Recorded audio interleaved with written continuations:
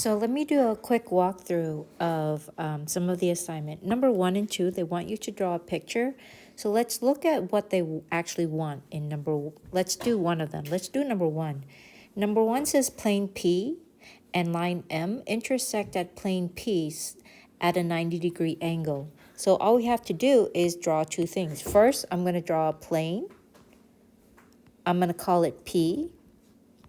And then I'm going to draw a line. I'm gonna draw a line that kind of intersects it. It could go anyway, but the key part is that 90 degree. So the 90 degree, we have to have a box.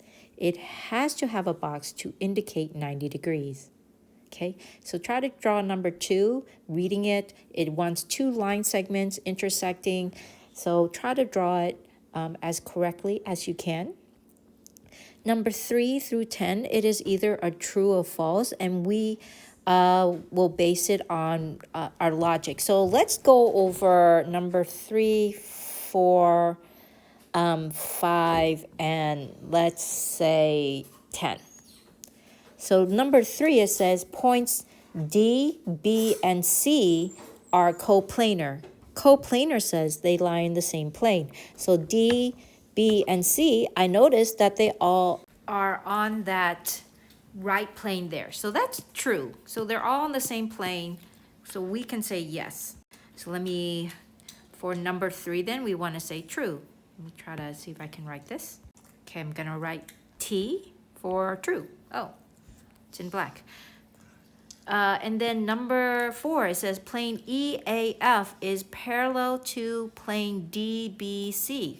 Well, DBC, parallel, we have to have some parallel markers. And they're kind of like arrows. We have to have some kind of markers to indicate parallel. It looks parallel, but we can't be 100% sure.